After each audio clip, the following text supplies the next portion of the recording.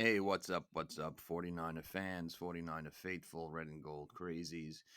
Niner Nut coming back at you with another episode. And today, what we'll be talking about will be the recent move to get Brian Griese as the 49ers quarterback coach in 2022, as well as John Lynch's recent statements about the resigning of DJ Jones, something that has me admit a little concerned for the most part. That being said, uh it's been an interesting week, man. With a lot of news, of course, going around. We see a lot of the free agent information out there gaining some speed. Of course, the combines going on. So there's a lot of stuff going on, man, to keep your eye on. A lot more Jimmy G trade talk as usual, but other than that, yeah, man. Another 49ers coach. Obviously we've lost a wide variety of good assistant coaches, which it's a bit concerning, but it happens, man. Obviously not too long ago we lost James Betcher to the Cincinnati Bengals, and then of course earlier in the season, offensive coordinator Mike McDaniel took the head coaching job in Miami. He was joined by Wes Welker and tight ends coach John Embry. So it's concerning, man. It really is. I think it is. I think a lot of these guys had such a wonderful hand in kind of, you know, helping this team get to where they got, um, utilizing the players the best way they could. But things happen, man. Obviously, McDaniel only served as an offensive coordinator for 1 year, makes the leap to head coach. Can't blame him. Probably got paid a lot more money, has a lot more responsibility, and it gives him a chance to be the man in charge, which everybody is entitled to if they know their stuff, and everybody is obviously going to look for. Um, we kind of were in the situation last year. I'm not making a comparison between the two, but when we lost the great Robert Saleh. But that being said, let's move on to the Brian Griese move. It's a move I don't know how to feel. I don't know what to feel about it. To tell you the truth, I was shocked at first when I saw the reports. I don't know what to make of it. Although, and I tell you the truth, I forgot, man. Brian Griese, of course, has a deep history with Kyle Shanahan. He also had a deep history with his father, Mike Shanahan, in Denver, which everybody knows. I didn't know he didn't. He had obviously some type of rapport with Kyle at that time, but of course, you know, Griese was the commentator for Monday Night Football these last two seasons, I believe, and I guess.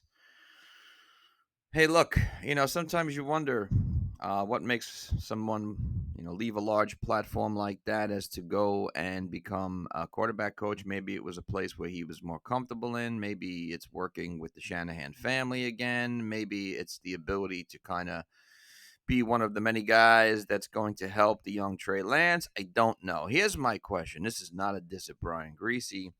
Because again, I don't know how I feel about this move, and I'm objective. I always try and stay objective and go by the very famous term "we'll see." Just going back on Griese's career, as everybody knows, went to Michigan, drafted by the Broncos in the third round of the 1998 draft. Soon went on to become the starter after John Elway. He was Elway's backup in that 1998 season. Um, and of course, from there, he became the starter. Um, Obviously, not a terrible. Some interesting numbers. Interesting all around. I think Look, let's call it like it is. Obviously, the shoes to fill for John Elway were extremely very hard to do.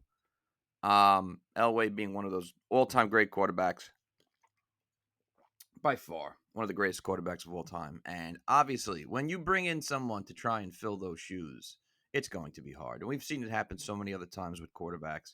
Now, Greasy, of course, comes from a very interesting background. Okay, his father was the great Bob Greasy, quarterback for the Miami Dolphins.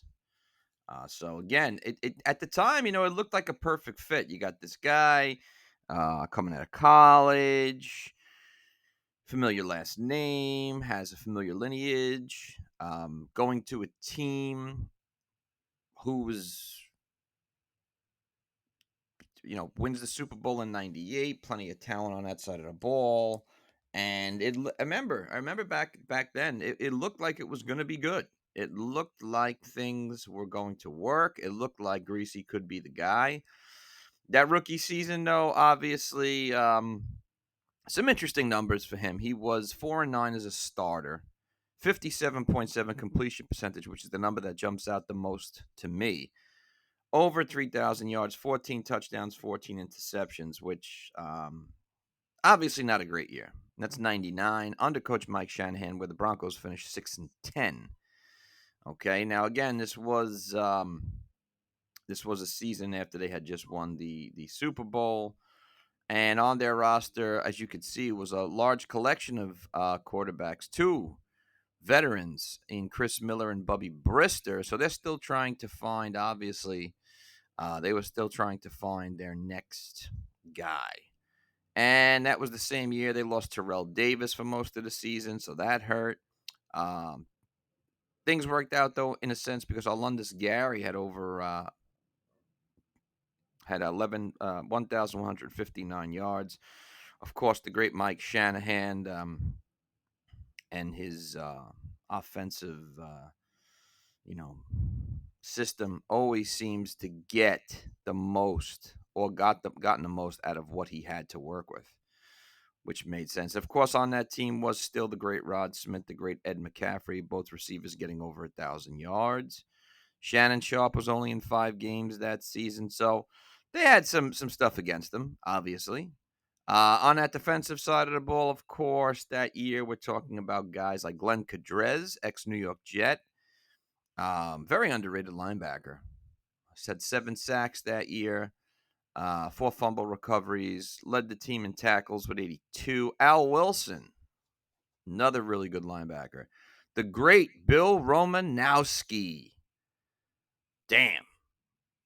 Ray Crockett, Dale Carter, Tyrone Braxton, Trevor Price, Montana Vusa, still, in my opinion, one of the greatest names ever. Neil Smith. Okay, Alfred Williams. So this was a very interesting team. Loads of talent. But for whatever reason, it was a shaky first season. And, I guess they were 0-4. They forced 4 games out of the gate. You could kind of equate that to rookie quarterback trying to find his place on the team, which he was under Elway for 1 year. Perhaps maybe he could have used a little more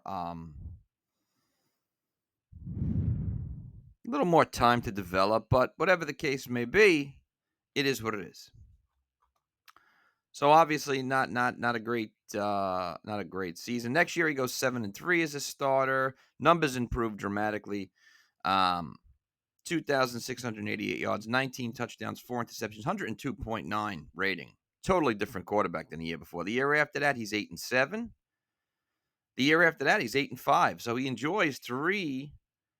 Well, for the most part, I'll say improvements. And then in 2002, he's, of course, even though he's 8-5 as a starter, he does throw 15 touchdowns, 15 interceptions. And obviously from there, Denver is finished with him. He moved on to Miami for a little bit, only saw action in 5 games. He was 3-2 as a starter, more interceptions than touchdowns. Then he goes to Tampa Bay, 4-6 as a starter. Okay, 20 touchdowns, 12 interceptions, not bad numbers, 97.5 rating. and then enjoys the second season in Tampa Bay. Again, touchdowns and interceptions are equal at 7. And then he journeys around to Chicago for a little bit as a backup, and then obviously back to Tampa Bay. So, I don't think his numbers turned out to be great.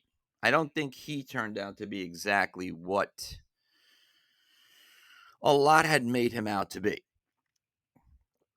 Um, Made the Pro Bowl once, finished with just under 20,000 yards, 119 touchdowns, 99 interceptions, completion percentage of 62.7, and a rating of 82.7 in his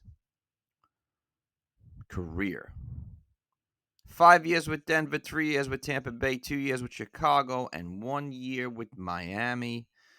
So, and then I don't remember much about him after his playing career had finished. Okay, there wasn't too much about him going on that I remember. And obviously, look, I'm sure that the organization has done their absolute due diligence and seeking out the coaches that they have. Okay, especially now.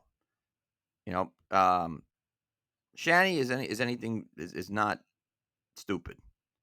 He obviously is a very cerebral type of guy. So again, I think that he's cerebral and will make cerebral decisions. Now that doesn't always mean they work, but I still I can't see him um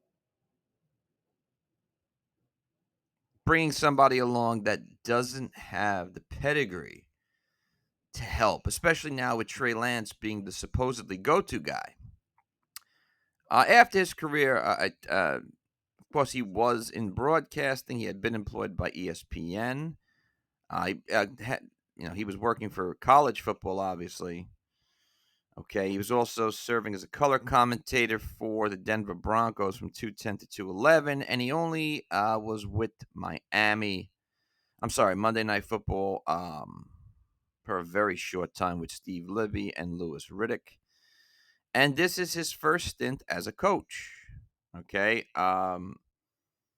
replacing, of course, Rich Gangarello, who left to become the offensive coordinator and quarterback coach in Kentucky. So, again, this is going to be interesting. My problem that I have with it is that we're going with someone who has no quarterback coaching experience. Now, that being said, the thing that has on his side is the experience he had as a player, and that is so valuable, especially when you're relating to a younger gentleman in Trey Lance. Okay,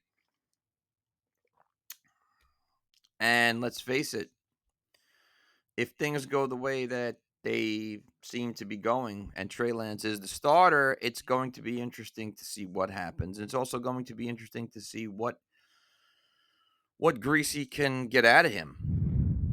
I know there's a lot of reports out there, Trey Lance improving. I hope so. I want the guy to be great. At the same time, being fair, objective, I don't want to lose Jimmy G. But that's neither here nor there right now. So I'm wondering how this is going to work out with Brian Griese. I hope it works out well, and I hope because of his background and knowing the Shanahans, and he uses his quarterback experience in the NFL, works out well. Now, look, let's face it. Sometimes in life, you see guys who may have not had the greatest career in professional sports, but do go on to be pretty good coaches. And I'm not comparing these guys, but it brings to mind a couple, certain guys. Look at the great Phil Jackson, the great Pat Riley. Okay, they were they weren't Hall of Fame type basketball players. Jackson was more of a backup center with the Knicks, very cerebral type of player, great role player. Same thing with Pat Riley. They went on to become two of the greatest head coaches in basketball history, maybe in sports history for that matter. So again, one thing doesn't always equal the other. And that being said, I really hope that this works out for the best, man. Obviously, you want to see things work out. Moving on to another interesting issue has been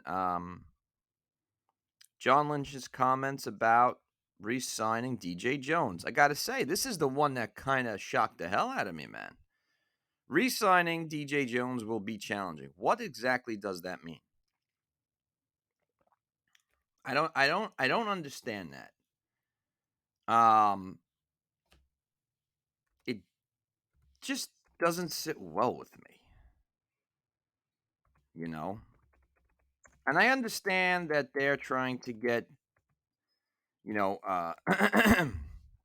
improve the deals for certain certain other players. They also have a large number of guys to look at in terms of re-signing, but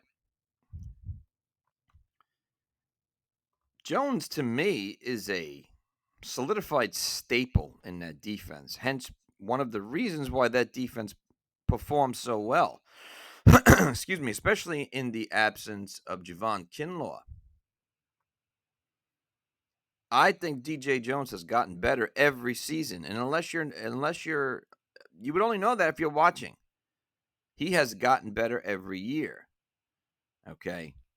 And just looking at some of his information in terms of free agency. This is he's 5 years he's been with us. He's 27. 6th-round pick from Mississippi. Okay. Obviously he signed he was playing on a 1-year, $3,500,000 contract, which included a $2,250,000 signing bonus. Okay. So, he's going to be obviously getting paid more, which is well earned as he should. That being said, looking at the rest of the guys who are free agents, and I covered this in one of my other episodes, Laken Tomlinson, Jason Verrey, Mostert. Why isn't DJ Jones? I mean, I don't understand that it will be challenging. Well, why will it be challenging? It shouldn't be. He should be one of the main guys that you go after. And this is not a knock at Jason Verrey. I thought he had a tremendous year last year, 2 years ago rather. But let's face it, he's 30 years old, which isn't old, but he's got this history of injuries. Why are the new, again, you can't always trust the news reports, but I'm sorry, but that would not be one of my places that I'd be looking to, one of the guys I'd be looking to resign. Now, of course, cornerback is a place that they need to become stronger in, but hey, look, man, if I'm John Lynch, I'm saying I'm looking at the big picture here. That defense played lights out down the stretch. There wasn't a defense that got better in this league than the 49ers. They were dangerous. DJ Jones was a big reason why. That unit came alive. You re-sign him, okay?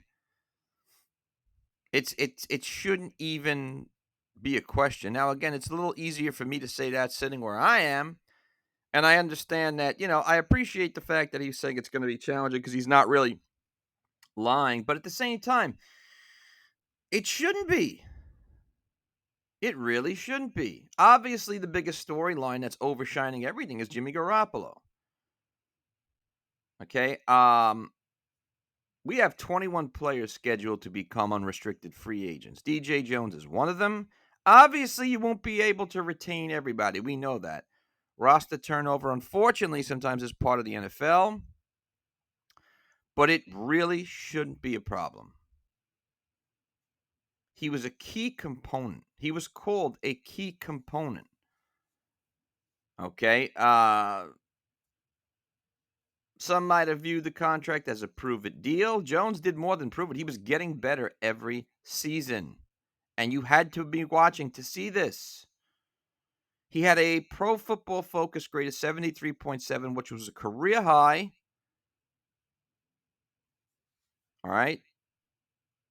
Let's see. Lynch said if his objective is to stay here, he made it really hard. Why? That tells me you don't want him there. It shouldn't be hard. Welcome the guy. Get him. Re-sign him. Work with him. Why would you let him go? And I'm going to say this, and I'm not trying to diss Javon Kinlaw. I'm being objective from what I've seen. Javon Kinlaw has not lived up to the way he was supposed to, okay? Obviously, he was the next guy in line to fill the great DeForest Buckner's shoes. That has not happened. Now, luckily for us, we've gotten great play out of other guys in that defensive line, one of them being DJ Jones. Why aren't we he should be one of the first guys. And it's statements like that I just don't understand. And again, what do I know? I understand that you obviously can't have everybody, but think about it, man. Think about it. You played that whole last season without Verrett. Okay? Things went pretty darn well. You played that whole season without Raheem Mostert. Now, I like Raheem Mostert. But we're pretty filled at running back so far, it looks to be. Yet there are reports that they're going to re-sign him. Jeff Wilson is another guy on that free agency list, okay? I would re-sign Jeff Wilson. So, I don't know. Looking at this list, obviously, it shouldn't be hard. You already kind of know who's not going to be coming back. And again, what do I know? Josh Norman won't be coming back. Mohamed Sanu won't be coming back. Tavon Wilson won't be coming back. I don't think Maurice Hurst will be coming back. I don't think Trent Sherfield will be coming back. I don't think Trenton Cannon will not be back. Okay. So, I don't Jermichael Hasty, it's questionable. But again, I don't understand how DJ is not a lock. I disagree with that, man. I really do. I really hope they don't make silly decisions and not re-sign him because he's so valuable. All 49er fans know how valuable he was this year. Again, he's only 27, which is not old. Guys getting better and better each season. You see the threat he is on that defensive side of the ball. If you don't know, go back and watch the games. Go back and watch those, especially those last stretch of games down from the last couple of games in the season into the playoffs. You'll see that defensive unit unstoppable. You get him back. That's a player you lock up. 3 years, 2 years, whatever. And again, I don't think he's going to be looking at major dollars, and again, I never question that and attribute that to the talent of the player, because how many players have we seen sign mega contracts who've done nothing after that? Albert Hainsworth comes to mind. So again, if you lock a guy up like DJ Jones and you pay him, obviously increase that payment because he's deserved it more, I think you're going to only get the best out of him. Unless another team comes along and snags him for more money, which we know can happen.